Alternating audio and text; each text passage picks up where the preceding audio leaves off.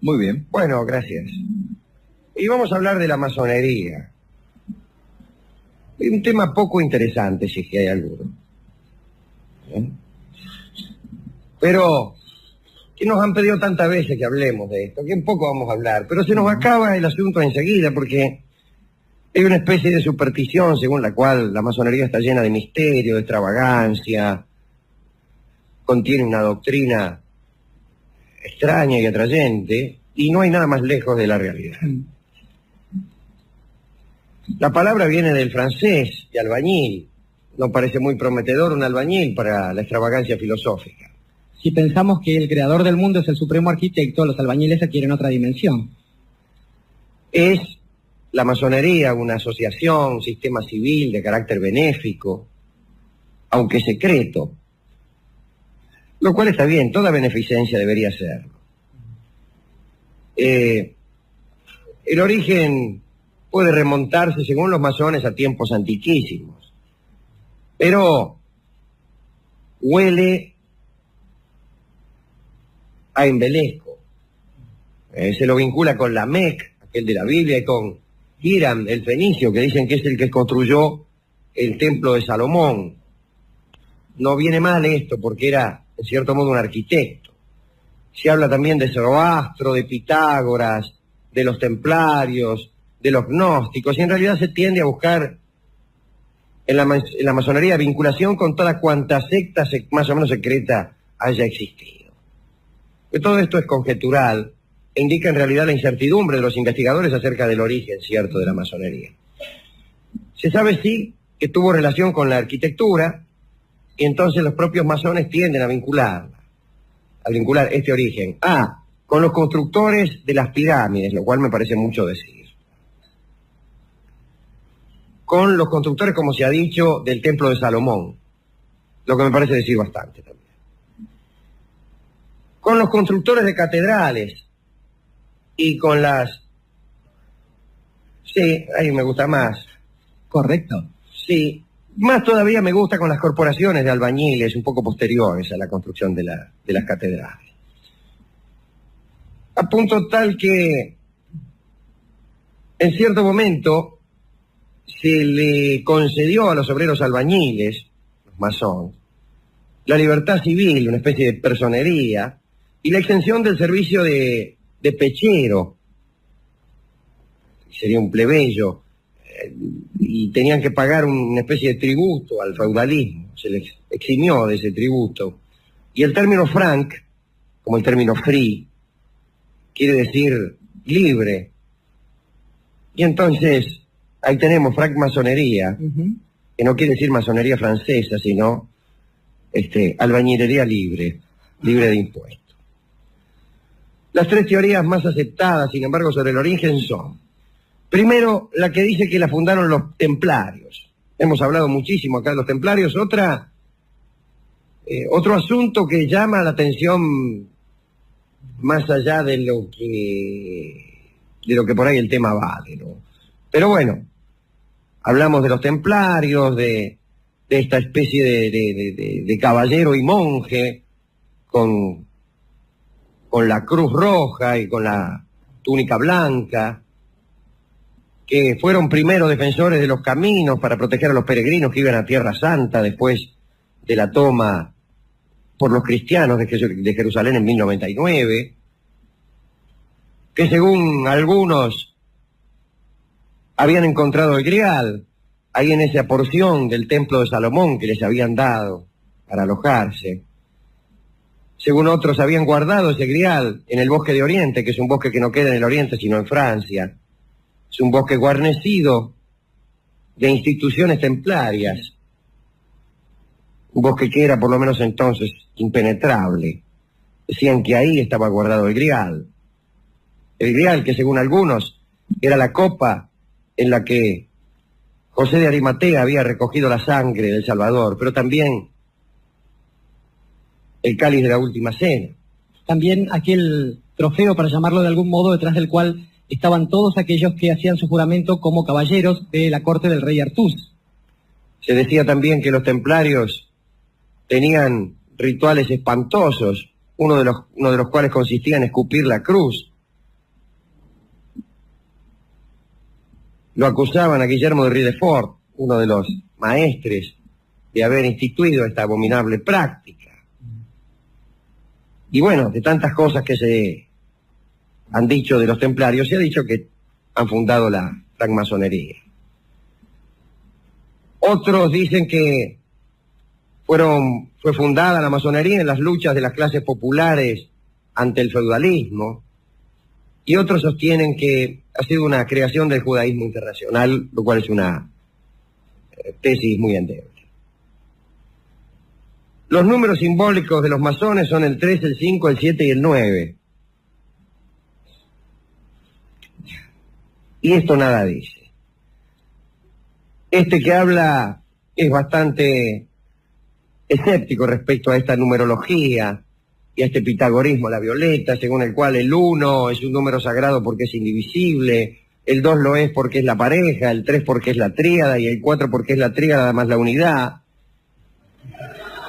y el 5 porque es la tríada más la pareja, y el 6 porque me gusta, y el 7 porque es el de todo.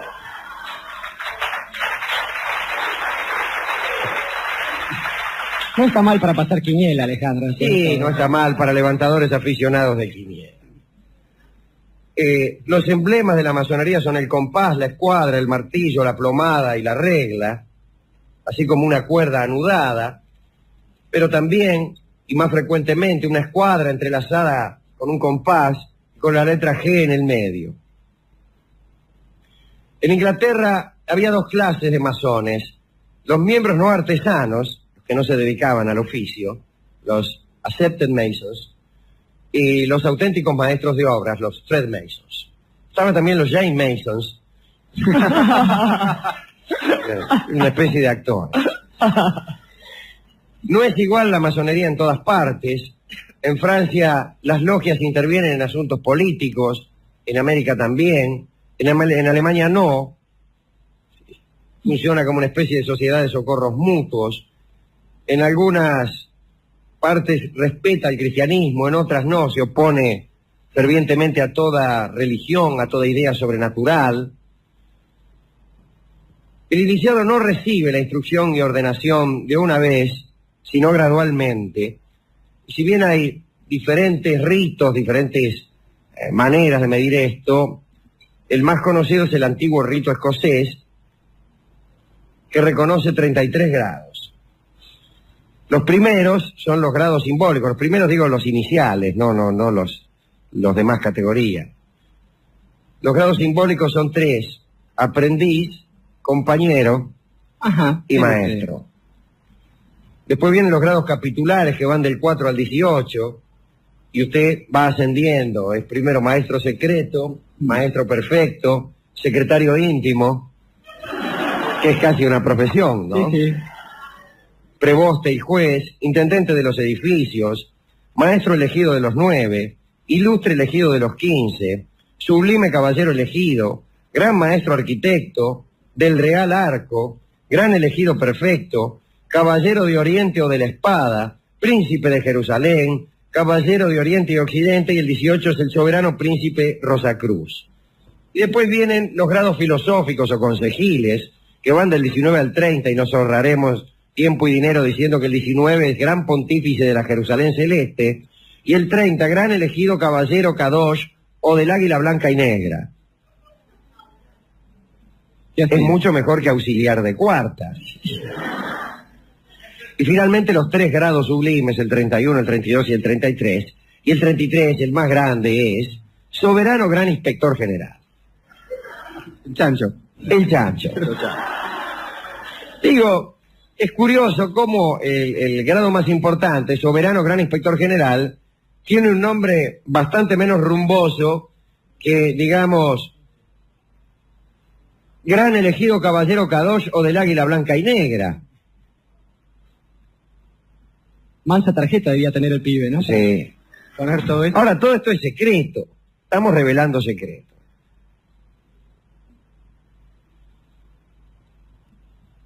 Cuando uno empieza a indagar lo que la masonería dice de sí misma, tampoco encuentra demasiado.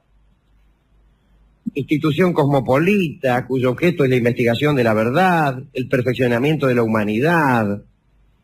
no formula dogma alguno, postula la libertad, la tolerancia y la filantropía, amor a la verdad, estudio de las ciencias y las artes, tolerancia religiosa y racial, propende a una moral universal, no exclusivista, como dicen los masones que son las morales de las religiones, y razón tienen.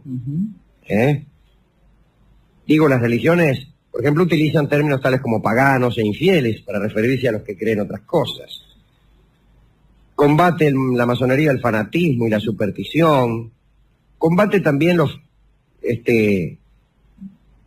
las morbosidades nacionales y propende a crear una sola familia de hermanos, la familia universal sin nacionalidades. Esto de propender a la abolición de las nacionalidades es una idea que despierta inmediatamente un grado de simpatía en cualquier persona decente. Desde luego, quien no tenga, digamos, un fuerte prejuicio, fácilmente podrá entender que no ha hecho el Creador distintas clases de hombres. Iba a citar a Martín Fierro y me falló. De los hombres el Creador no hizo dos clases distintas.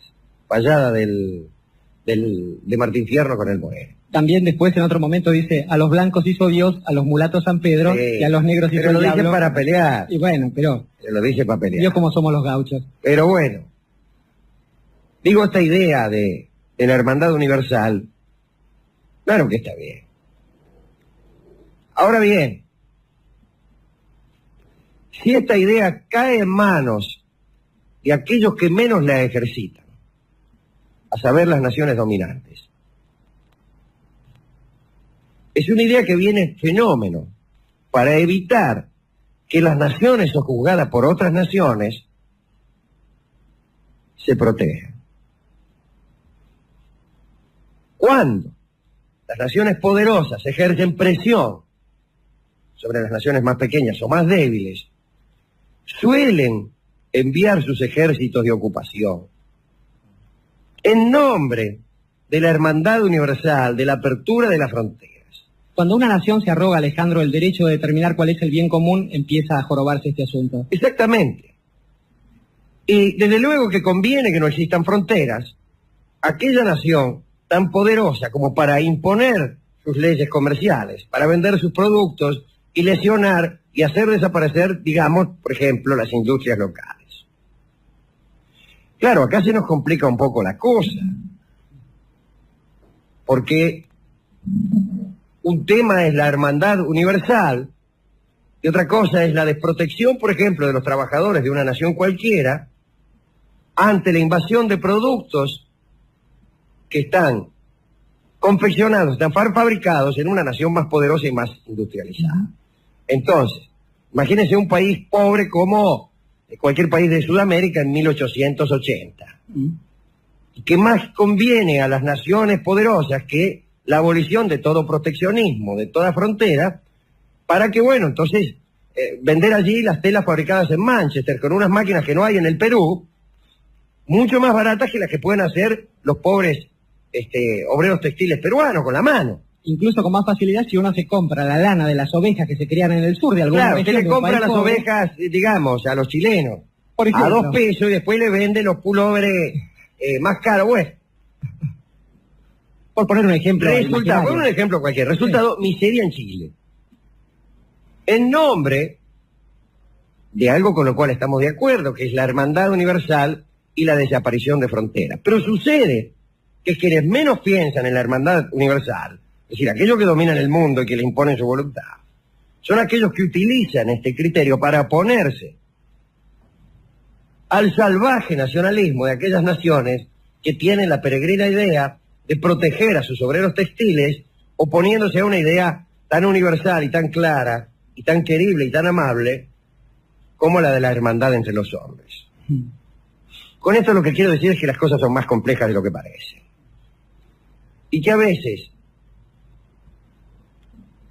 no es que uno sea nacionalista por mera morbosidad Y desde luego uno se opone a esa clase de nacionalismo que han hecho muchísimo daño. No por xenofobia, digamos. No por xenofobia, ni por chauvinismo, ni por odio al extranjero. Sino acaso nada más que por proteger a las personas que trabajan en un país.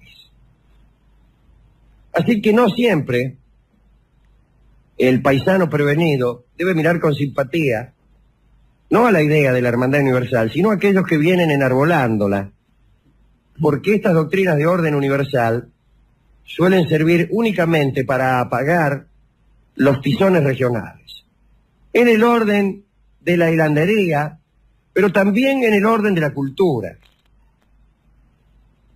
Y así la idea universal de una cultura planetaria suele servir para extinguir para siempre expresiones culturales regionales. Con otro agravante, la cultura planetaria, para hacerlo, para poder servir en todo el planeta, debe ser sencilla, vulgar, elemental y grosera. Es como la relatividad que usted contaba del amigo Sábato. Es como la explicación de la teoría de la relatividad. Para que esté al alcance de cualquier papanatas, debe ser inevitablemente falsa. La cultura planetaria, para estar al mismo tiempo al alcance del delta del Brahmaputra y del delta del Paraná, debe ser inevitablemente vulgar, sencilla y deleznable. Y debe además tener un poder tal que sea capaz de apagar o de enterrar las expresiones regionales y también las expresiones complejas, porque una cultura planetaria necesita entrar rápidamente, no puede detenerse en los meandros de la complejidad, prefiere las rutas rectilíneas de lo vulgar. Digo yo hablando de la masonería.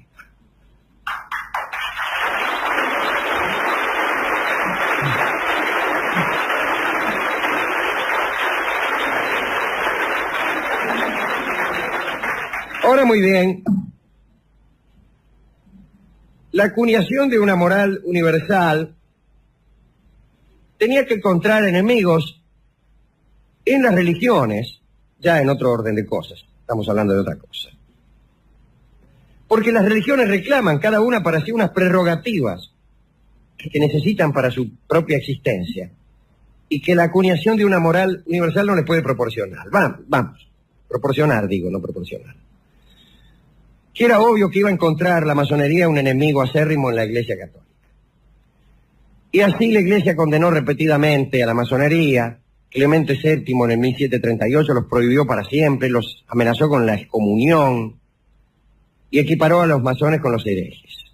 Benedicto XIV declaró que los masones generaban la indignación de Dios y además explícitamente de Pedro y Pablo, que parece que eran los apóstoles que más se indignaban ante los masones. Pío VIII incluyó a los carbonarios, de los patriotas, en el asunto. León XII incluyó a las sectas universitarias.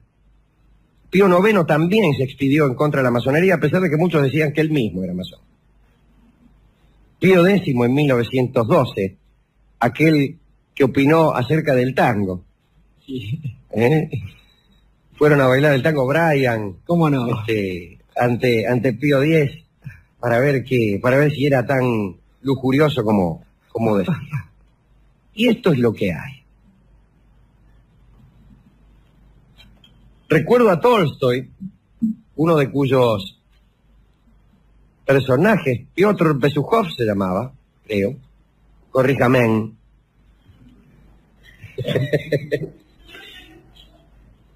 Corríjame si me equivoco. Él es el título de un libro que había escrito un tipo. Corríjame si me equivoco. Hay un capítulo donde lo inician a Piotr. Y Tolstoy lo escribe con una estudiada oscuridad. No se sabe muy bien qué es lo que le ocurre a Piotr. Lo describe desde las sensaciones, desde cuartos a oscuras, desde presencias misteriosas, de cosas no vistas, y consigue inquietarnos. También consigue inquietarnos la masonería en tanto que no tratemos de ir más adelante, así tal como la hemos descrito, al margen de ese gigantesco paréntesis que hemos hecho en medio de la charla. Parece algo que no merecería ni que un papa se ocupara mucho de ello. Parecen una comisión de fomento, parecen rotarianos, algunos lo son. No se ve para qué tanto misterio. Vamos, ¿para qué hace uno que una secta sea secreta? Bueno, para eludir, por ejemplo, a la policía. Y cuando uno trata de eludir a la policía, se comprende que los fines de una sociedad tal deben estar cuanto y menos en contra de la ley. Digamos, si nosotros 4 formáramos una sociedad secreta para afanar gallineros, Dios no permita, sí. Se comprende fácilmente el secreto de esta sociedad.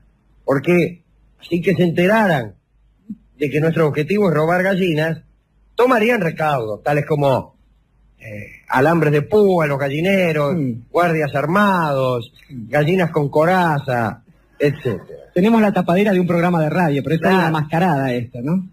Pero si los objetivos de la masonería son muy parecidos al de la Biblioteca Popular Juan Bautista Alberdi de Caseros, donde que se sepa la policía no va muy seguido. Se nota a veces, sí.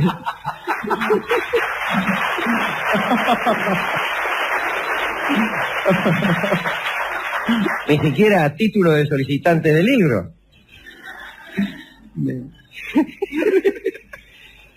Digo, entonces, ¿a qué tanto secreto? Y es ahí donde uno dice, pero es que no habrá otro objetivo secreto, que no se lo van a decir al primer estúpido que consulte libros para hacerse el vivo en un programa de humor. Y mi respuesta ante eso es evidentemente sí. Evidentemente sí. Hay 2 posibilidades. O hay algo que no se nos dice, o hay algo parecido a aquello que Oscar Wilde denominaba esfinge sin secreto. Me gusta más esto último. Hacer creer, rodear de una pompa cuasi sagrada y arcana, lo que en realidad son unos objetivos bastante atendibles, bastante amables, pero también bastante baladíes. Y eso es todo lo que puedo decir acerca de la masonería. Ustedes pueden suponer también que, siendo yo masón, me halle en el caso de no poder revelar los verdaderos secretos. Si yo tuviera un gran secreto, queridos amigos que están aquí, tengan la absoluta seguridad de que no lo revelaría tan fácilmente en una visión de radio. ¿A quién dedicar este paseo por la masonería, este paseo por las doctrinas universales que tienen segundas intenciones, este paseo por lo que parece un gran arcano y a lo mejor no lo es? Mi querido gran maestre, es necesario decirles que hay varios grados en esta dedicatoria entonces, porque es menester reconocer que en principio, si hay algo que la masonería ha dado y que todos debemos celebrar, son algunos productos. Pienso en un producto llamado la flauta mágica de nuestro amigo Mozart, donde hay ritos de iniciación. Nuestro querido Papagino lo sufre en un par de áreas maravillosas. Pienso en un pequeño relato de otro amigo de este programa, llamado Edgar Allan Poe, donde con frases que nosotros repetimos: por amor de Dios, Montresor, cuando el otro pela una espátula y él cree que es masón y en realidad le van a poner una fila de ladrillos delante de él. El tonel de amontillado. El tonel de amontillado. Después pienso, respecto de los estados nacionales, que me gustan, que nos gustan mucho aquí, esos estados, esos momentos históricos de los estados nacionales, en que un estado y sus representantes ponen el cuero a aquellas cosas que dicen, y hablo de la gente que a partir de 1813, en algún remoto rincón de América, lanzó un par de barquitos a la mar, y en esos barquitos había gente que, como una asamblea había declarado la libertad de vientres y la abolición de la esclavitud, cuando encontraban un barco de esclavos, liberaban a esas personas y no los tomaban como esclavos propios. Digo, no como esa declaración de 1776 en Filadelfia, sino como los comentarios de la asamblea del año 13, aquí en La Patria. Pienso después que hay otros grados de secreto, pienso en esa innumerable cantidad de personas que han debido trabajar en secreto para que alguna causa noble sobreviva y que han sido ocultados después por la voluntad de los estados que se negaron a revelar las cosas. Quiero decir, me parece que hay secretos que está bien que funcionen limitadamente, algunas de las personas que ejercen la función de construir la historia en secreto. Tengo un enorme respeto por esas personas. Tiendo a creer que un estado no debe tener secretos para con aquellos que lo forman. Esto es, cuando hay demasiados secretos ya no se trata de un estado y de una nación, sino de una clase dominante. Entonces digo, mientras el secreto está solo, quiero decir en el plano del amor, en el plano escasamente noble a veces y muchas veces heroico del espionaje, vaya y pase. Si no, la voluntad de poder y el secreto son una mala junta. Para todo el resto, los que no adhieren a esa mala junta, entonces, este bloque del programa, Alejandro. Hablaremos hoy de expiaciones, pero de expiaciones extravagantes, si me permite usar la X. Sí. Diferentes de las penitencias usuales. Por ejemplo, récese 20 Padre Nuestro. No. O vaya hasta la Meca y vuelva. No, no, no. Estas son expiaciones que incluso eran realizadas para evitar un encierro o incluso para evitar la pena de muerte. Bueno, vamos a ver cómo es. Son varias historias. Empecemos con la siguiente. Dos caballeros llamados Mildred y Juan de Riel dieron muerte a mediados del siglo XI a Conrado, al obispo de Wurzburgo. Y arrepentidos de haberlo matado a Conrado, confesaron y le fueron a pedir perdón al Papa León IX.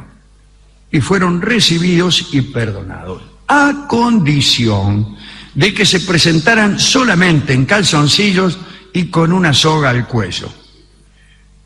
Ya al pedir la audiencia le dijeron eso, ¿no? Bueno, dice, está bien, pero preséntense en calzoncillos y con una soga al cuello. El Papa les impuso además la penitencia de no volver a hacer uso de sus armas, de no usar prendas de color, de no asistir a espectáculos públicos de ninguna clase. Pero los dos caballeros también quedaban imposibilitados de volver a casarse si quedaban viudos. Pero peor todavía, debían trasladarse a Tierra Santa y permanecer allí por 4 años. Bueno, era mucho. Señor. Era mucho. Vea, padre, métame preso. Sí. Listo, me sale más barato. Pero además, este viaje a Tierra Santa debían hacerlo vestidos de lana, ayunando a pan y agua los miércoles y los viernes, y en el trayecto debían ir rezando a viva voz mientras caminaban. Bueno, parece que el Papa cuando laburaba, Sí. Era una despedida de soltero más que una... Pero sigue. El regreso a Alemania, donde tuvo lugar esto, debía ser ya en donde vivían, digo ellos, ¿no? Debía ser ya no en ropas de lana, sino otra vez en calzoncillo y con una soga al cuello. Tenía ganas de jorobar el Papa. Tenía ganas de jorobar. Incluso cuando se fueron, le dijo a uno de los ayudantes que, dice, recién vinieron uno, te vas a matar de risa lo que les hice. Le habrá dicho el Papa León, ¿no? Bueno, pero también a la vuelta debían presentarse otra vez ante el Papa León para certificar el regreso. Mire, ya pasaron los 4 años, ya vuelva, aquí está. Consta en las crónicas que estos muchachos iniciaron tal como se les indicó la peregrinación. Ahora, en ningún archivo se indica si regresaron. Así que es muy probable que no hayan alcanzado a volver, no ya en calzoncillos, sino ni siquiera vivos. Otro caso. Había un señor Frudmundo, un franco de casa ilustre, que disputó junto a sus hermanos la herencia paterna. Parece que un tío de estos tipos, eran Frudmundo y sus hermanos, ¿no? Un tío de estos muchachos sugirió que la herencia también les pertenecía. A Frudmundo, los hermanos. Se muere el padre y aparece un tío. Dice, yo también voy calzado acá, dijo el tío. Y entonces Frudmundo y sus hermanos lo mataron al tío. Chao. Pero se arrepintieron. Dice, estamos arrepentidos. Entonces fueron a ver al rey Lotario y consultaron de qué modo podían expiar el crimen. Esto sucedió a mediados del siglo IX. El rey Lotario convocó a los obispos que hicieron atar las muñecas de los culpables y encadenaron sus piernas para darles lastre, para darles peso. de modo que incluso las cadenas estaban muy juntitas y solo podían caminar a pasos cortos, como esas damas con pollera tubo que corren en el colectivo con las rodillas juntas, así. Y después los intimaron a ir en aquel estado, así amarrados, hasta Tierra Santa. Frudmundo y sus hermanos caminaron encadenados primero a Roma. Allí pudieron ver al Papa Benedicto III, que les dio unos salvoconductos para que pudieran continuar su expiación sin otras perturbaciones. El Papa Benedicto les ordenó además que volvieran y les prometió darle el perdón a la vuelta. Cuando vuelva, pasen por acá, yo les doy el perdón. Yo los voy a atender, o algo así, andá a saber lo que le digo.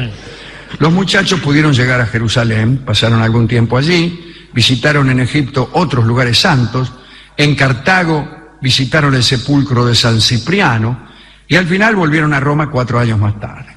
Siempre se tardaba 4 años. Y seguían encadenados. La gente, bueno, se compadecía de su suerte, los socorría. De todos modos, el Papa no creyó que fuera suficiente aquella travesía para concederles el perdón. Y los mandó de nuevo a Jerusalén, y también a Canaán y a Galilea, incluso a los montes donde se había detenido el arca, estos montes son uno, el monte Ararat. Y cumplieron, regresaron a Roma después de otros 4 años de travesía. Pero pasó algo terrible que yo ya me lo veía venir. Benedicto ya se había muerto. Y el nuevo Papa, Nicolás I, que no estaba enterado de aquella penitencia, ni de sus crímenes, ni en verdad de nada, no lo recibió. Y Frudmundo y sus hermanos se despojaron de las cadenas y se fueron a Francia, tristes y asustados.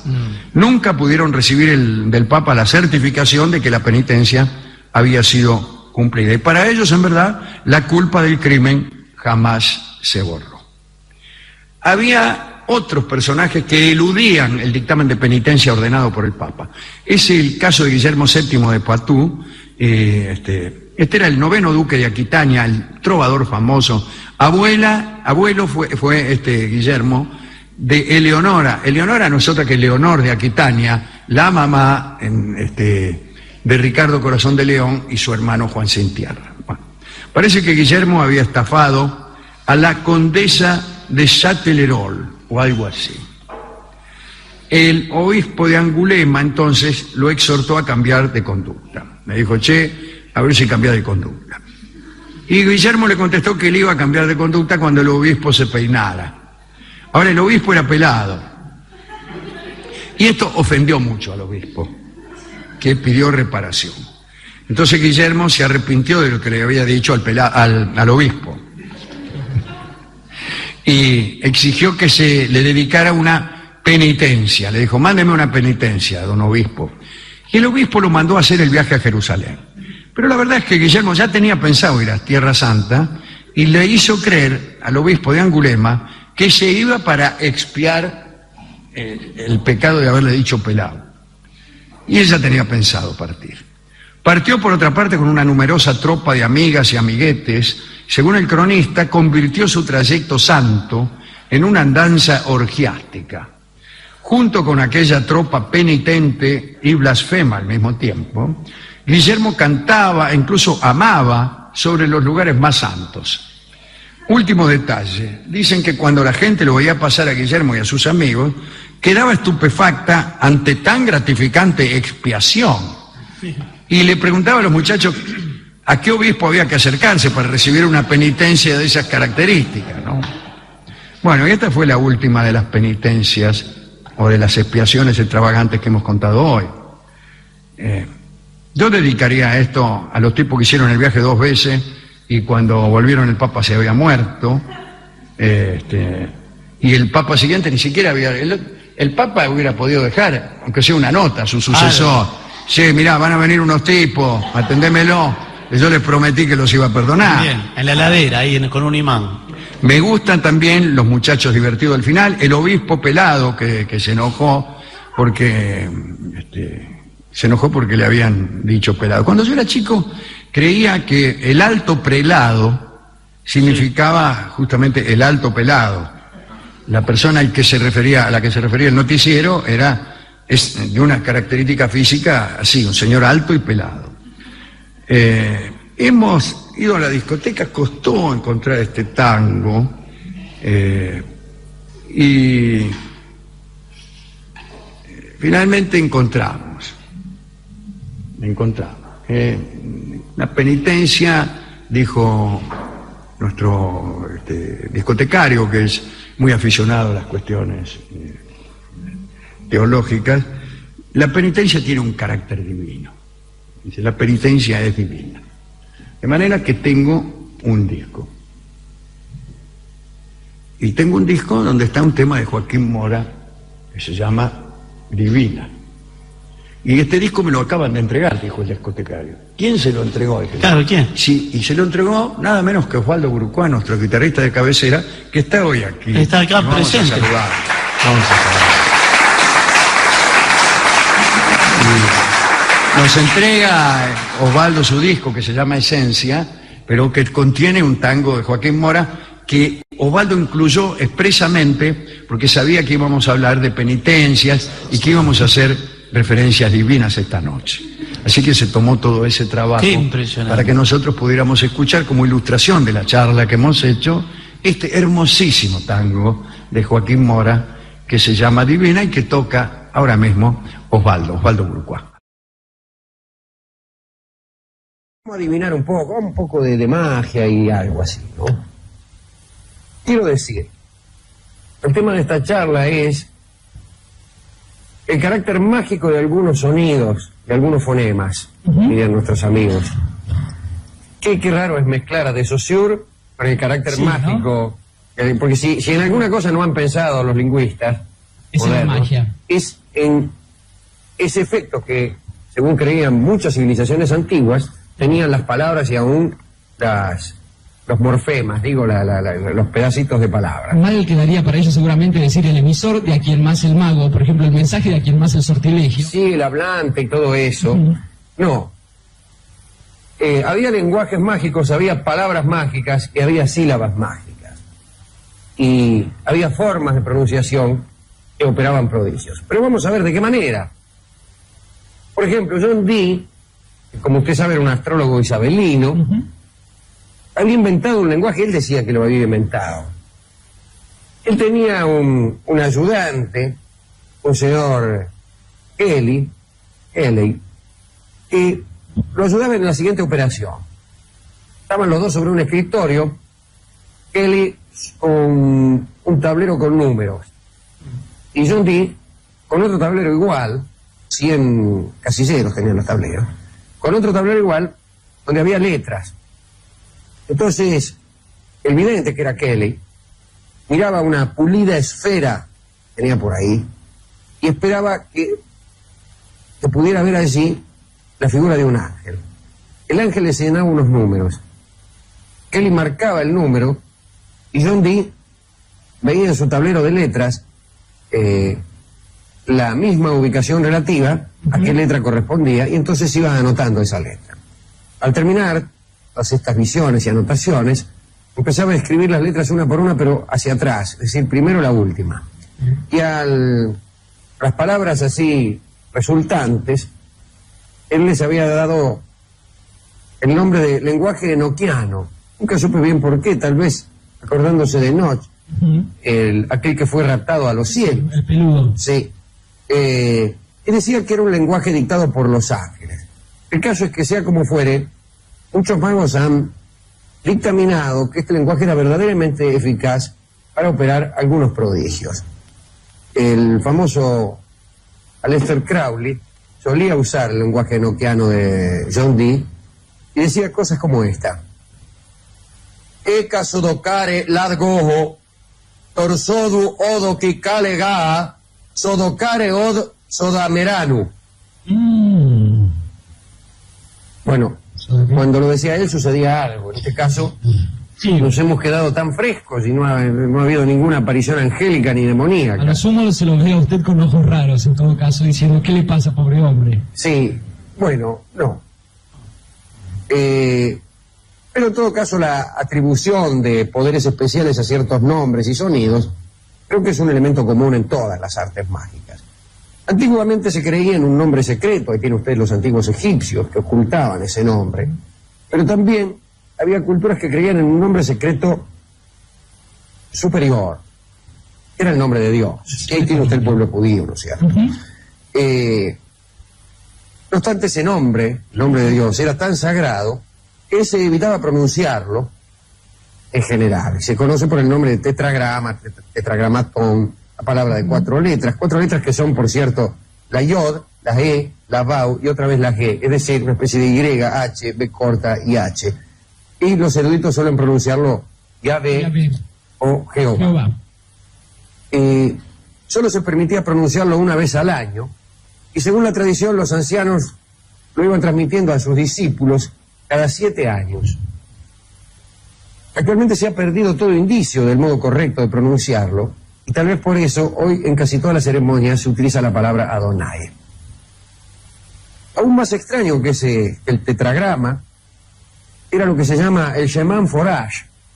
Sheman Forash no era otra cosa que el extraño apelativo de la fórmula de 72 sílabas empleada por Moisés para separar las aguas del Mar Rojo, cuando los perseguían los egipcios. ¿Recuerda usted? Sí, señor. Bueno, se llama Sheman Forash a esa fórmula. No es que dijo Sheman Forash. Sheman Forash es el apelativo. La fórmula tenía, como se ha dicho, 72 sílabas y debe ser de una pronunciación muy ardua, porque si fácil fuera, el Mar Rojo estaría separándose a cada momento, con los inconvenientes que estas circunstancias suelen ocasionar. Sobre todo a los peces, ¿no? Sobre todo a los peces y a la navegación. El 72 tiene, 72 que son las sílabas del Sheman Forash, tiene desde luego también una significación mística para los cabalistas, que se pasaban combinando números y sílabas. La idea, como bien nos dice Borges, es que nada puede ser casual en un texto divino. Si la Biblia ha sido inspirada por la divinidad, ninguna cosa, ni aun la ínfima de sus letras, puede ser una casualidad. Y entonces todo debe tener algún significado. El número de veces que está la yod, el número de sílabas, la letra con que empieza, etc. Entonces hacían toda clase de combinaciones, y Johann Reuchlin estableció la relación que hay entre el tetragramatón y el Sheman Forash, y descubrió, teniendo en cuenta los valores numéricos que tienen las consonantes hebreas, que también eran números, la yod era el 10, la g era el 5 y la vau era el 6, que haciendo de cierto modo la cuenta igual da 72. Fíjese, la yod es 10, la yod y la h suman 5, la yod, la h, la eva, digamos, y la vau suman 21, y las 4 juntas suman 26, pero sumando todos estos números que he dicho, se da 72.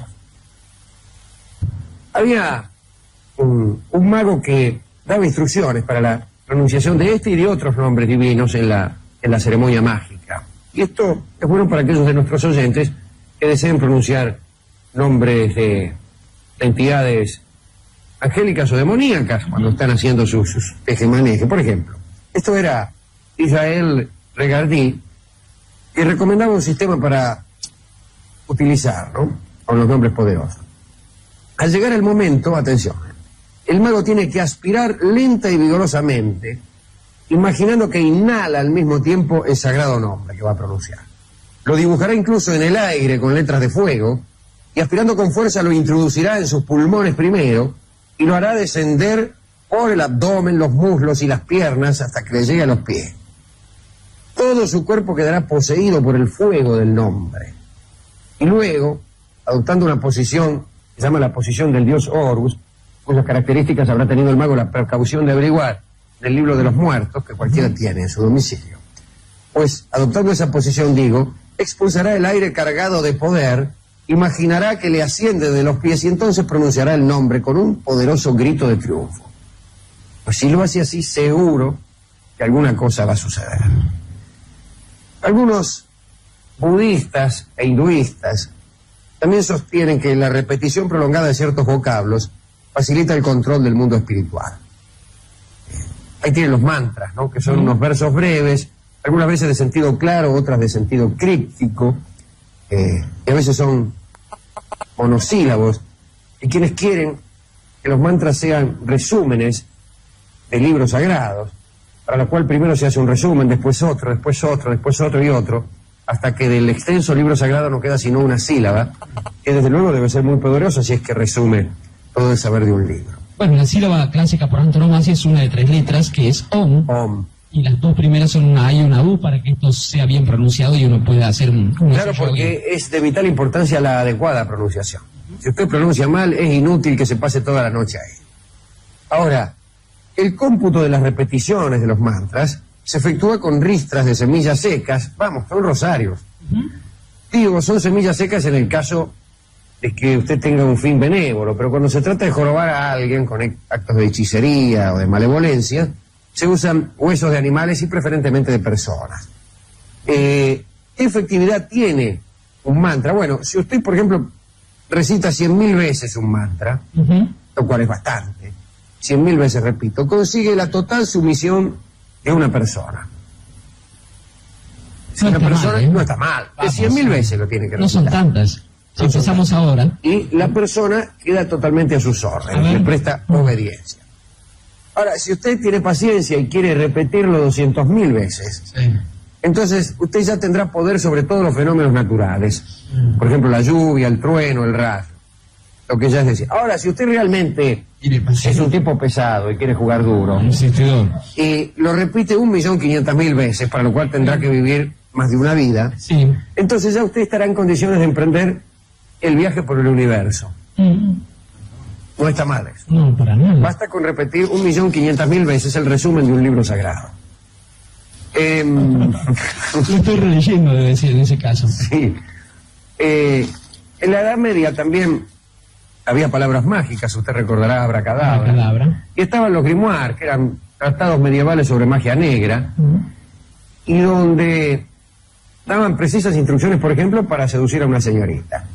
Usted quería levantar una mina medio terca y bastaba con mirarla a los ojos y decir: Café casita non cafeta, et publica filii omnibus suis. ¿Querés ir a tomar un café a casita yendo en ómnibus? Algo así. Pero usted decía eso y la mina caía Sí. absolutamente Qué rendida. bueno. Tengo aquí uno que alguna vez lo he usado yo. Digo, lo he usado en este programa. El Grimorium Verum trae instrucciones para obligar a una moza a que baile desnuda. ¿A quién no se le ha ocurrido alguna vez obligar a una señorita a que baile desnuda? ¿Más a una moza? Más una moza, digamos, del Open Plaza. Bueno, ¿cómo hacer? Muy sencillo. Hasta un niño puede hacer. A ver. Basta con escribir con sangre de murciélago la palabra frutimiere sobre pergamino virgen. No va a agarrar un pergamino cualunque, ¿no? Revíselo. Encima se coloca una piedra sobre la que se haya celebrado una misa y esto se entierra bajo el umbral donde deba pasar la muchacha. Por ejemplo, bajo el umbral de la casa. Pues será pasar la muchacha por sobre el umbral y sentir ella un deseo irrefrenable de bailar en cueros. Y así lo hará ante sus lúbricas miradas. Había también otros palíndromos que servían para hacer bailar desnudo a cualquiera. Por ejemplo, Sator, Arepo, Tenet, Ópera, Rotas, escribían en un cuadro, ¿no? De todos modos hay que decir que el hechizo destinado a someter voluntades ajenas debe ser la más infame de las actividades mágicas.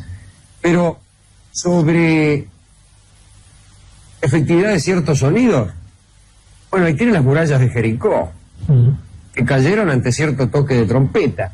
Algunos científicos empezarían a decir que si se llegara a someter a un hombre a un sonido de 3, 4, 5 ciclos nada más, pues el hombre estaría listo.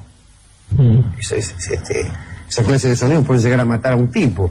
Está el grito de los armuráis, que es el kiai, que según han comprobado algunos, y no sé quiénes, quiero decir yo no, parece que baja la presión arterial del que lo escucha.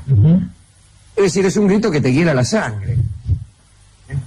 También está el sonido Om, que hemos hecho referencia recién, los sonidos de Pitágoras, que descubrió, por ejemplo, que usted colgaba un yunque de una cuerda, pulsada esa cuerda daba la misma nota que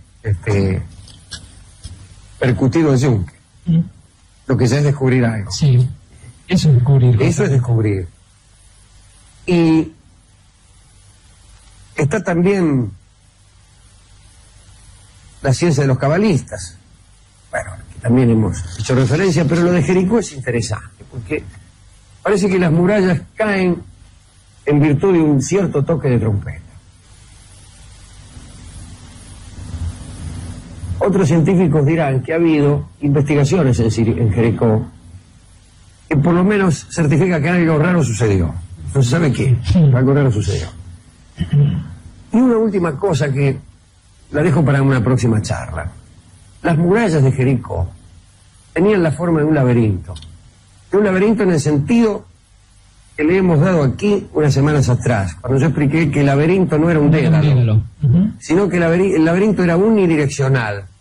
Era como una especie de oreja o de espiral, caprichosa sí, pero que garantizaba que quien emprendiera el camino iba a llegar a la otra punta. Así que, en todo caso, prometía fatigas, pero nunca extravíos. Bastaba conseguir una misma dirección para llegar al centro, y después de ahí, el camino que era uno conducía siempre a la punta.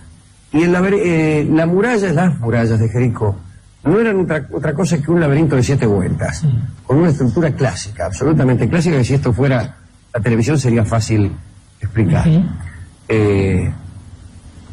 Me dejo ese clavel retinto. Pero otra de las virtudes de las palabras, y no la más pequeña, es la de conseguir que alguien se duerma. Vamos a dedicar... ¿A quién podemos dedicar esto? Estaba pensando que podríamos dedicárselo a esas personas que en reuniones mucho más atractivas seguramente que las de los simposios de los científicos hoy día, se reunían para ver qué pasaba con ese equilibrio entre el bien y el mal que había en el mundo. Estoy hablando de los magos blancos, que circularon por allí en los tiempos en que Arturo reinaba sobre los 7 primeros reinos que todavía no eran una potencia miserable. Y entonces cuando se reunían estas personas, se decían unos a otros su secreto nombre, justamente porque el secreto nombre de cada mago permitía el dominio de uno sobre otros, y esto garantizaba por lo menos el juego limpio en ese tipo de relaciones. Uno que le ha regalado su secreto nombre a tanta gente, y ese secreto nombre ha sido usado de una manera... Ha sido usado para adquirir lavarropas y cosas así. Ese tipo de cosas, creo que bien puede dedicarlo a las personas que sean capaces de recibir ese secreto nombre, a los magos que hacían eso, y en general a la gente que se ha preocupado alguna vez, además de conseguir el dinero para pagar la siguiente cuota de lavarropas, que no es poco.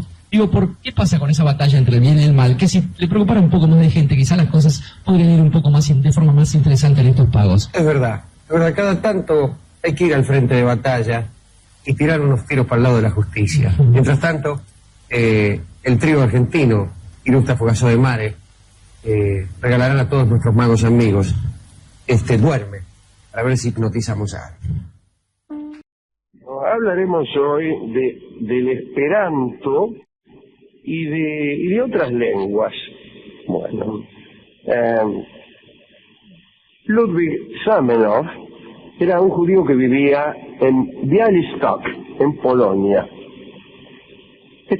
Białystok era una ciudad disputada por varias potencias, como suele ocurrir con las ciudades de Polonia. Ludwig era médico oculista, alguna de las dos cosas, y hablaba varios idiomas. Hablaba ruso, polaco, alemán e yiddish. En 1887 publicó un librito llamado Linguo Internacia, lenguaje internacional, quería decir eso, como cualquiera puede sospechar, cualquiera que no sea polaco. Es que había inventado un nuevo idioma, y lo explicaba en ese librito, y ese nuevo idioma era el Esperanto, que significa esperanzado. Ludwig se proponía fomentar la tolerancia entre los seres humanos partiendo de que todos pudieran hablar el mismo idioma, como si los pueblos que hablan el mismo idioma no libraran entre sí sangrientas guerras. El idioma artificial de Zamenhof estaba formado por las raíces de las lenguas indoeuropeas. La gramática era lógica y sencilla, y solo había que recordar 16 reglas. La pronunciación también era fácil, y cada una de las 28 letras del alfabeto representaba un solo sonido. Tradujo a esta nueva lengua fragmentos de la Biblia, de Shakespeare, de Andersen, de Molière, de Goethe y Gogol. Él aseguraba que se necesitaban solo 100 horas para aprender ese idioma. La verdad es que casi 150 años que han pasado, 120 años, qué sé yo, el esperanto nunca prosperó, al menos no prosperó como su autor lo esperaba. Pero este no fue el único ni el primero de los idiomas artificiales. Hubo otros, y vamos a recorrerlos para ver si podemos fomentar la unión y la tolerancia entre nosotros. El primero que se nos ocurre es el idioma que se llama Monling, o que se llamó Monling. Era un idioma internacional, es un idioma internacional, después de todo, que utiliza palabras monosilábicas. Le voy a decir algo en idioma Monling. A ver. La frase, el lenguaje más fácil de aprender y de usar es evidentemente el mejor, se dice así en Monling. Isling mastop si ken adaploy ir clor top bon. Se puede adivinar bastante bien, más allá de la risa, porque la palabra top evidentemente es, quiere decir mejor. Está ahí. Bon quiere decir bueno. ¿Dónde está la palabra evidentemente? Es más difícil de encontrarlo.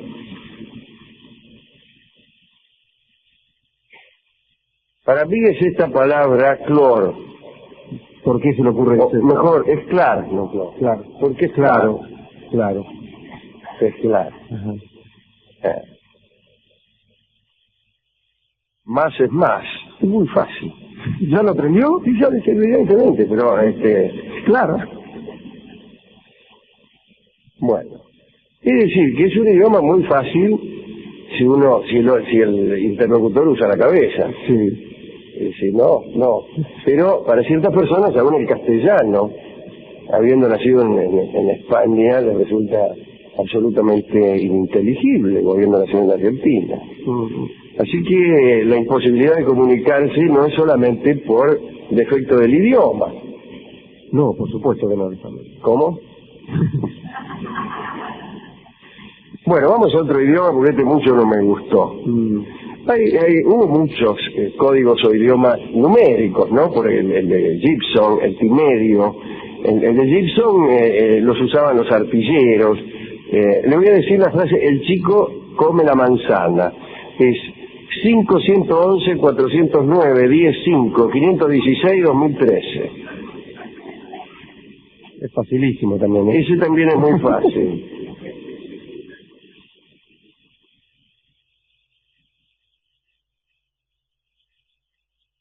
Este no es tan fácil, ¿eh? Bueno. Aquí también hay uno interesante, ¿eh? Hay uno de código binario, y está el sol-resol, que es inventado por Jean-François Surre, de Francia, en 1827, que fue admirado por Víctor Hugo y por muchos otros escritores, hasta el año 1900, que supongo habrán dejado de admirarlo, porque aquí dice que lo admiraron hasta el año 1900. Se pusieron de acuerdo en una reunión. Después ya no. Pero bueno, hasta aquí lo admiramos. Sí. Ahora déjese de embromar y hable, y hable como Tafato Mameta. El lenguaje se basa en notas de la escala musical, por eso se llama sol-re-sol. Bueno, está fuera de contexto. Puede silbarse, cantarse o tocarse en un instrumento de música. Por ejemplo, la frase tocar a flauta Bartolo se dice... Eso es Bartolo toca la flauta en este idioma. Pídame que le diga algo en este idioma, ¿verdad? En ese idioma, bueno, alguna frase de amor que No, dígame exactamente qué frase de amor que me diga. El día que me quiera. Ah, es facilísimo este. Muy fácil.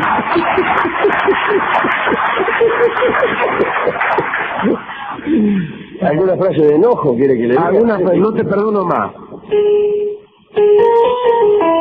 Ahí está. Me gustó Bueno, mucho.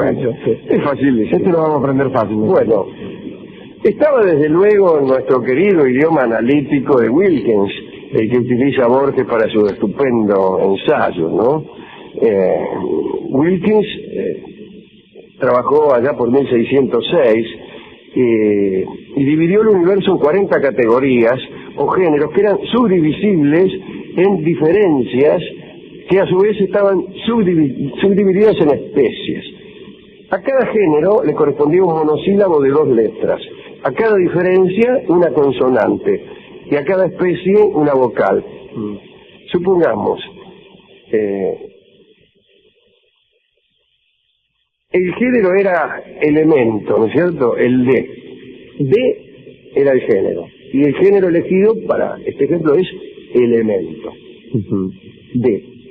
Le agregaba una vocal, la B corta, o la B larga era, y estábamos ante el primer elemento, que es el fuego. Y le agregaba una A, y estabas ya ante la especie, la llama. Deva es llama.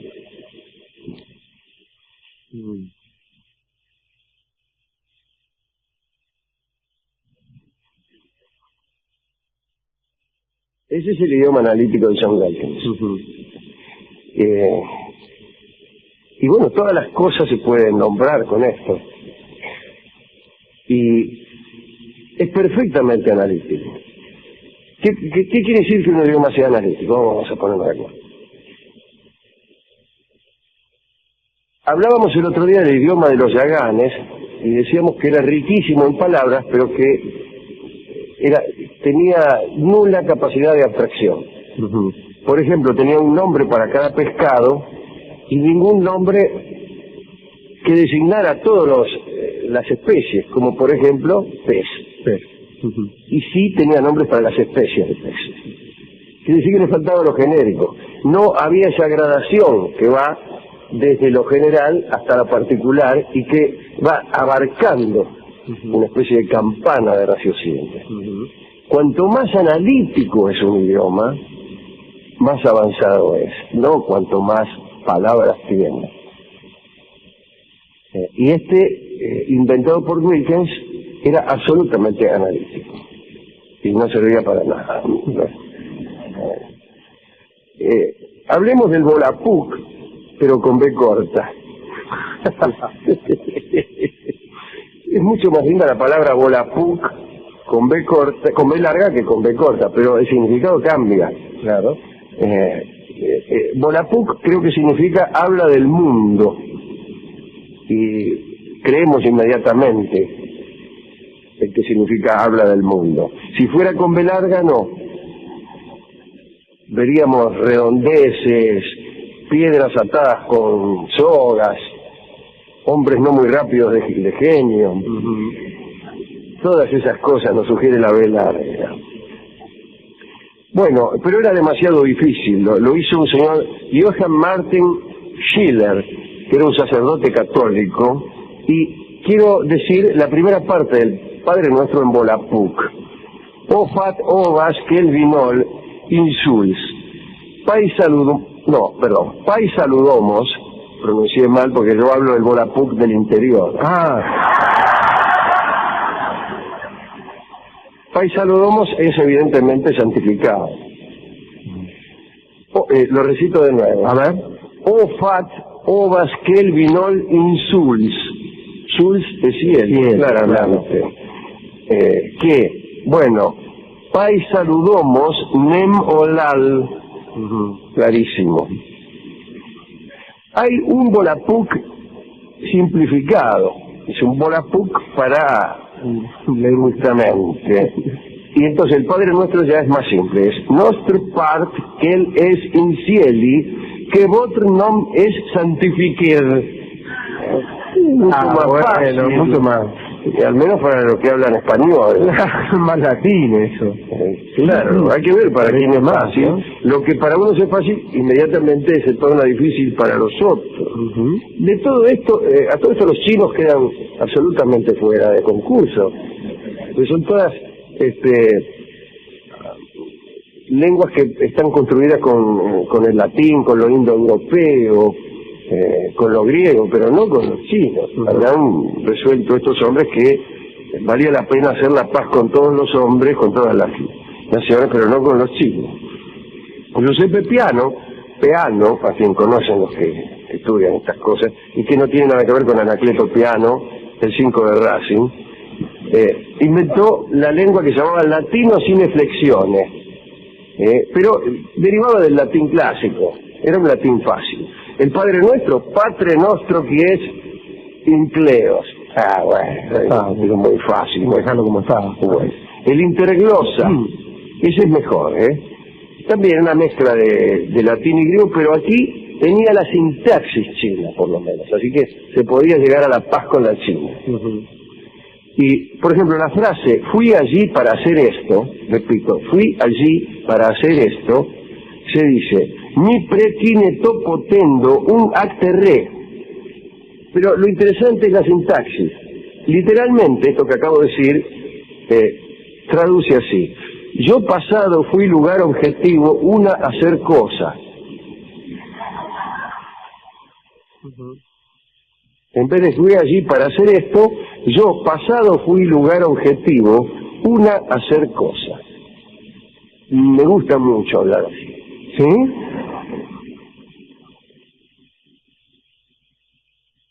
Me halago mente así lingua. Claro, está bien.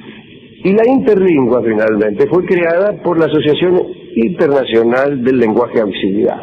¿Qué quería? ¿Que lo creara la Asociación Argentina de Árbitros? No. Se basa también en palabras de distintos idiomas y se usa en círculos médicos. Por ejemplo, en el segundo Congreso Mundial de Cardiología en Washington se usó este idioma, la interlingua, y todos estaban muy felices. Claro, se entendían, pero el Congreso académicamente fue un fracaso, porque eran cosas muy elementales. Corazón lindo, aquí opera.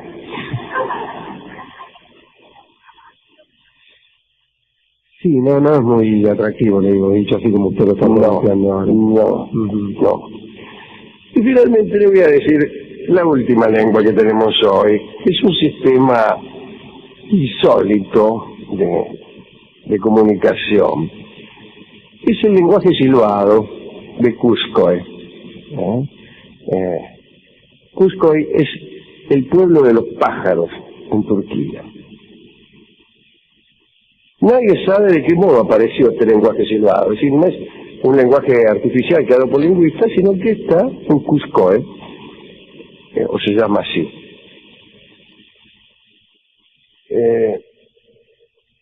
Es probable que haya nacido como señales de aviso entre contrabandistas o entre novios, señales de este tipo, como la señal de Barra Querida. El tango ese que cuenta cómo había un chiflido para congregar a la barra.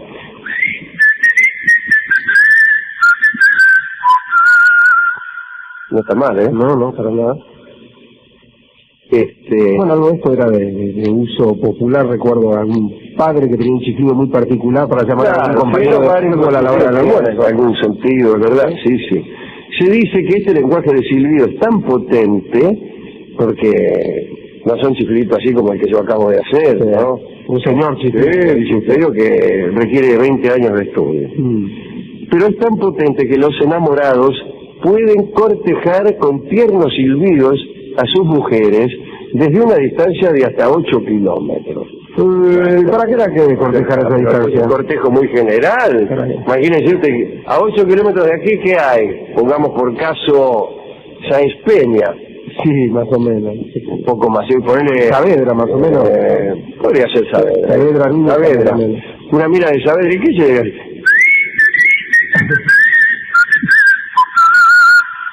Por ahí se le dan por aludida más de una. Claro. chiflido va pasando. Si sucede ahora que se dan por aludidas. Usted va a un bailongo, cabecea y salen 4. Claro. Es muy difícil, es muy difícil. Bueno, sin embargo, está bien, está bien. Lo más parecido que yo he visto son, ¿cómo decirlo? Ahí está. Piropos prepotentes y obscenos bajo la forma de silbidos o chiflidos. Ajá.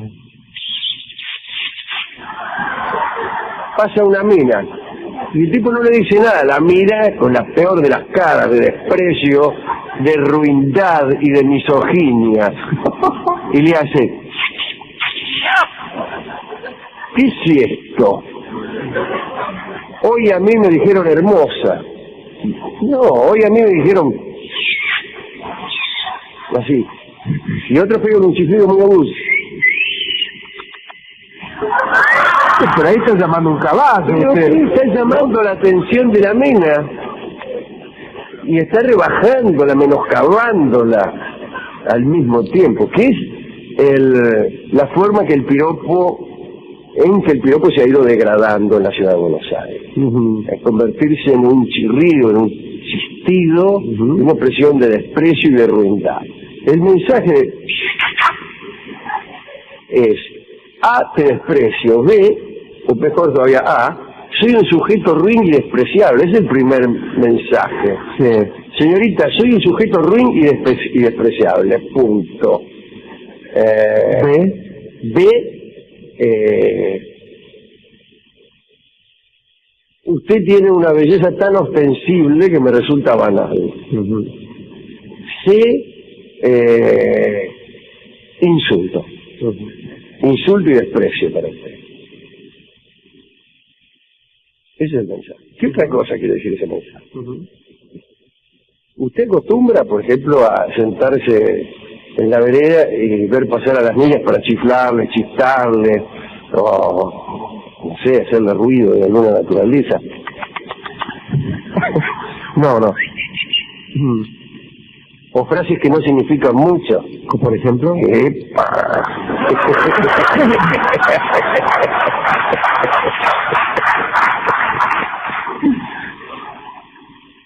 No, tampoco acostumbro. No. ¿Qué les dice? No, que les dice cosas así con la voz, con mucho aire. Hola, ¿cómo te llamas? Así, sí. ¿Qué? No. Dolina. No era para usted, pero bueno. No, usted dijo que el piropo así callejero siempre tuvo tenido, o como dice usted, o sea, ha sido una degradación, un intento fallido poético, pero intento al fin a una ofensa, cuando no a una actitud puramente edípica, ¿no? El mamita. O sea, a mí me molesta. O un acoso liso y llano, ¿no? Sí, Bueno, discúlpeme, pero retírese que me compromete, Rolón. A pesar de que me parece a mí que es la actitud ofensiva de quien ve que no se puede levantar una mina. Claro, seguro, sí, que está fuera de... Que está fuera, entonces la ofende. Bueno, ¿a quién quiere dedicar este pequeño catálogo de lenguas artificiales? Bueno, las mujeres que han sido ofendidas por los tiroteadores ruines, como dice usted, y también al amigo Samerov, que también es un poco ingenuo, pero su motivo era noble, ¿no? No, claro. Es raro porque, como usted bien dijo, Alejandro, en la palabra misma está el malentendido, como decía Lacan, ¿no? Es decir, aunque hablemos el mismo idioma, siempre nos vamos a entender mal, probablemente. Pero claro, no proviene de las distintas lenguas el desentendimiento. Pero esto fue vertido en una época de gran optimismo al respecto. El positivismo creyó que las guerras terminarían cuando todo el mundo aprendiera a leer y escribir. Lo creyó seriamente. Y resulta ser que todo el mundo aprendió a leer y escribir, las guerras fueron cada vez más sangrientas. Bueno, Zamenhof dijo, cuando todo el mundo pueda entenderse, pueda hablar el mismo idioma, terminarán las guerras. No es eso, no crea que los conflictos provienen de la no comprensión del árabe, del sirio, libanés o del arameo. No, es por otra cosa. Pero además está el otro dato, aquel del que tanto hablamos, esa soledad que es hija de la incomprensión, que a lo mejor es un mal imposible de erradicar. A lo mejor, como decía Pirandello, nadie entiende a nadie. Y cuando yo le estoy diciendo nadie entiende a nadie, usted está entendiendo otra cosa que la que yo dije, y así nuestro destino es la soledad. Porque el no poder comunicar lo que uno siente condena a la soledad. Y a lo mejor estamos condenados. Hacemos patéticos esfuerzos como este programa, como esto que yo estoy diciendo, como esa caricia que usted me está haciendo ahora en la mano. Retírese, Rolando. Usted me entendió mal. Todos intentos por conseguir siquiera un segundo de comunión en un tiempo de soledad perpetua. Vamos a ver con qué amueblamos esta charla. No conseguimos ningún tango decente, así que vamos a escuchar un tango que yo mismo he compuesto y que se llama Babel.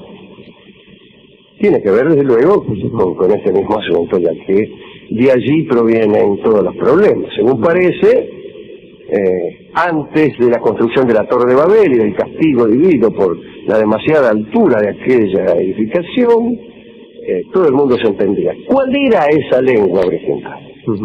Según nuestro amigo Athanasius Kirchner, la lengua original de la humanidad era el hebreo. Y después, dada la orden divina de confundirse, nacieron todas las otras. Teniendo en cuenta los aciertos de nuestro amigo Athanasius Kirchner, deberíamos pensar que no era el hebreo, ¿no? Que era cualquiera menos el hebreo. Kirchner era un hombre genial que no acertó nunca una, y me gusta siempre contar que escribió un libro explicando qué significaban los jeroglíficos. Vivió allá por el siglo XVII, Kirchner, y se anticipó entonces a Champollion, que fue el que aprendió, el que finalmente descubrió el significado de los jeroglíficos. Y en ese libro, que tiene como 700 páginas, no acertó una. No hay ni un solo acierto, pero ni uno. Pero es maravilloso que todo cerraba perfectamente. Ahora es un libro totalmente consistente. La primera de las frases rima con la última, todo muy consistente, ni una acertó. Extraordinario. Bueno, el tango se llama Babel, y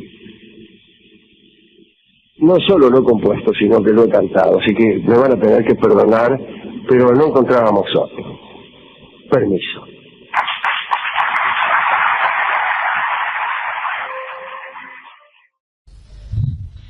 Informes contradictorios tenemos acerca de la religión druídica. Y son contradictorios porque no se permitía que ninguna tradición druídica fuera consignada por escrito. Y además, a los que revelaban los secretos de la religión, pues les esperaban tremendos castigos. Algunos apóstatas de esta religión hicieron ciertas revelaciones, pero nunca un sacerdote. Jamás se logró convencer a un druida consagrado, los druidas eran los sacerdotes, que revelara los secretos más íntimos, ni siquiera bajo tortura. De modo que lo que se sabe no es mucho, es inseguro, es lunar, es una neblina. Es una cofradía cercana a la de los magos, que tanto nos interesan en este programa. Así es. Hemos hablado varias veces de los celtas aquí. Hay un dios llamado Tanaro. ¿Qué tal, Tanaro? Tanaro en París. Cuyo símbolo es el roble. A propósito, druida quiere decir hombre del roble. Y hay otro dios llamado Mabón, cuyo símbolo es un toro blanco. Y hay otro dios llamado Lug, que es el dios de la medicina y de la poesía y de las artes, y cuyo símbolo es la serpiente.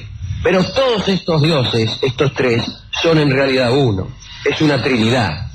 Y es un dios que se parece a Osiris y a muchos otros, porque es el dios de la vida y en la muerte.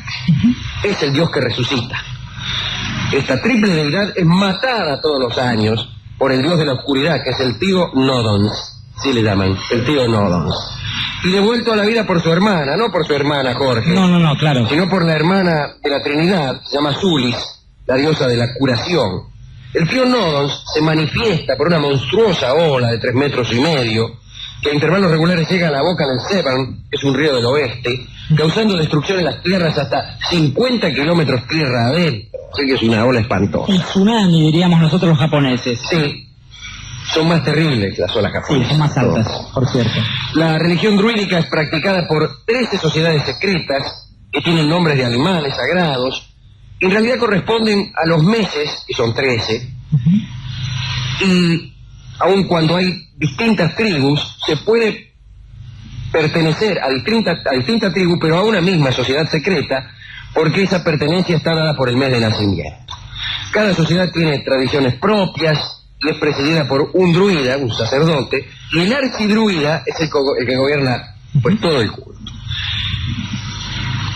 Los misterios de esta religión están relacionados a una creencia en la inmortalidad del alma humana, y esta creencia está avalada por ciertos fenómenos naturales, digamos, la muerte y resurrección diaria del sol, la muerte y renacimiento anual de las hojas del roble, etcétera.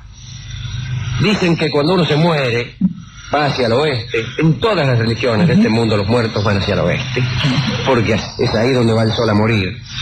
Y va el muerto, dicen, a ciertas islas donde espera para renacer, tal como está esperando Arturo. En toda la isla de Gran Bretaña hay altares sagrados que consisten en una piedra horizontal puesta sobre 2 verticales, que se llaman dólmenes, y que se los usan en ceremonias de iniciación. Y es así, aparece el candidato, lo recuestan sobre la piedra horizontal, y ahí se realiza un fingido sacrificio, digamos. Por algún artificio mágico, el druida, el sacerdote, parece que le corta la cabeza al tipo, la cabeza es exhibida sangrante a los presentes, y luego es vuelta a unir al tronco, y surge, después de muchas oraciones, un nuevo hombre, y aquel que fue muerto, o aparentemente muerto. Pero aquí viene lo interesante de esto. El rango de las sociedades, el rango de cada uno en cada una de las sociedades, es decidido por la cantidad de sacrificios que ofrece a los dioses, por la cantidad de enemigos que mata en el combate, por la cantidad de honores que conquista en los juegos anuales, como conductor de carro de guerra, como juglar, como luchador, como poeta y como arpista. Quiere decir que el progreso personal en la sociedad de los druidas está dado, entre otras muchas cosas, por la forma en que un tipo maneja un carro de guerra y cómo toca el arpa. Esa es una sociedad que vale la pena. Digamos que hay que ser pío, valiente, culto y sensible, cosa que realmente si fuera posible en un solo hombre sería un milagro, y si fuera frecuente sería una porquería. Porque alguien me preguntaba, fíjese, está bien, me estaba acordando de algo que me preguntaba alguien, no hace mucho, si la riqueza era siempre sinónimo de poder.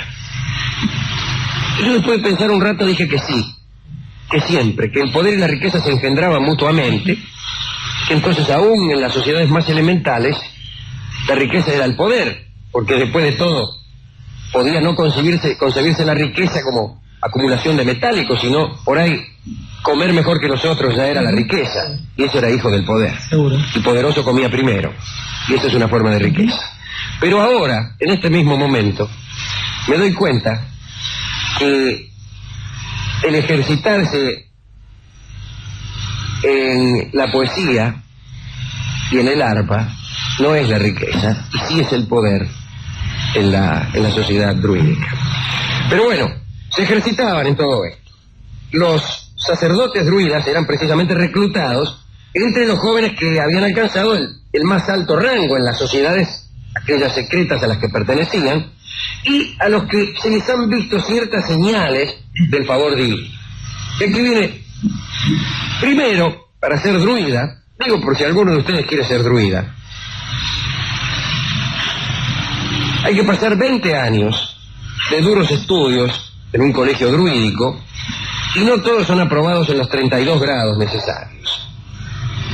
Los primeros 12 años, pues significa la iniciación en los secretos de todas las otras sociedades que no aquella en la que pertenece uno.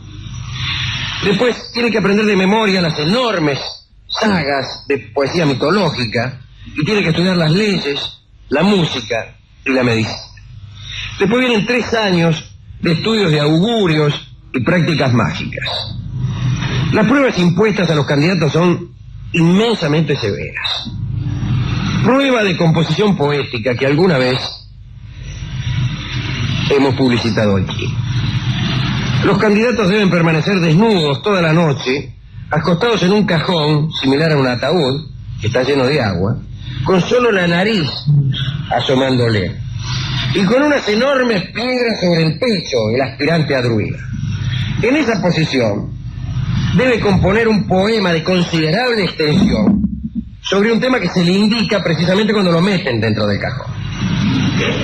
Lo dejan salir a la mañana siguiente y al salir del ataúd debe estar en condiciones de cantar el poema de memoria con una melodía que habrá compuesto simultáneamente y acompañándose con el arpa. Esto en el caso de que no se haya ahogado, que debe ser la situación más probable. Otra prueba. Toda la congregación se reúne frente a él y le hace preguntas en verso y en forma de enigmas. En forma de enigmas. Y el tipo debe contestar en verso y bajo la forma de otros nuevos enigmas. Además, por si esto no fuera demasiado, debe crear brumas y vientos y ejecutar todo tipo de tretas de nigromancia. La penúltima prueba consiste en pasar la noche más larga del año, la del 21 o 22 de diciembre, en una piedra movediza que cabalga sobre un abismo. Le llaman el asiento peligroso. Y durante toda esa noche los espíritus le hablan y lo molestan y tratan de hacerle perder el equilibrio. Y él tiene que derrotar a los espíritus y llegar vivo a la mañana siguiente. Y la última prueba consiste lisa y llanamente en beber una copa de veneno, caer en un síncope de muerte y visitar la isla de los muertos. Es decir, consiste ni más ni menos que en morirse y volver de la muerte. Si este no es un examen severo, yo no sé qué me pesco. Un solo grito, ingreso irrestricto. Así da gusto. Esta es la última prueba. Y además tiene que volver de la muerte, recuerdo a Coleridge, trayendo pruebas. Con la rosa en la mano. Con la rosa, con la flor de Coleridge. Con la prueba de que el hombre ha estado en el paraíso o en la isla de los muertos. Hay 3 rangos posibles en el escalafón. Los que pasaron todas las pruebas, incluso la última, son llamados druidas. Se aclara que morían 3 de cada 5 candidatos. No está mal. Así que casi todos elegían estos 2 niveles que siguen. Los bardos, que habían aprobado el examen de poesía, pero no el de magia. Y los ovates,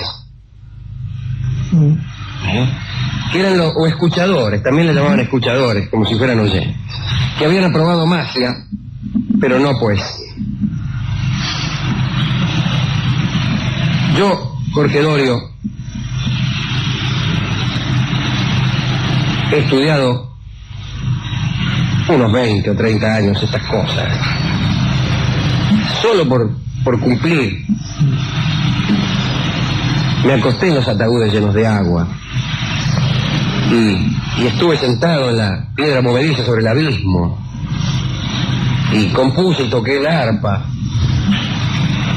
y hasta fui al infierno y volví. Y si usted me lo pide, metido en el ataúd inundado de mi sufrimiento, frente a la congregación. Total, de algo hay que morir. Le voy a pedir que me pregunte un enigma. Y si no supiera responderlo, mejor sería morir. Difícil desafío porque además se supone que aquel que pregunta está sometido a las mismas reglas de aquel que va a responder. Y entonces esto podría ser formulado así, algo así, si usted me deja pensar nada más que 10 segundos. Algo que dice, Pregúntole yo, por su gloria y su lor, ¿cuál es de todas la respuesta que acecha en el enigma del amor?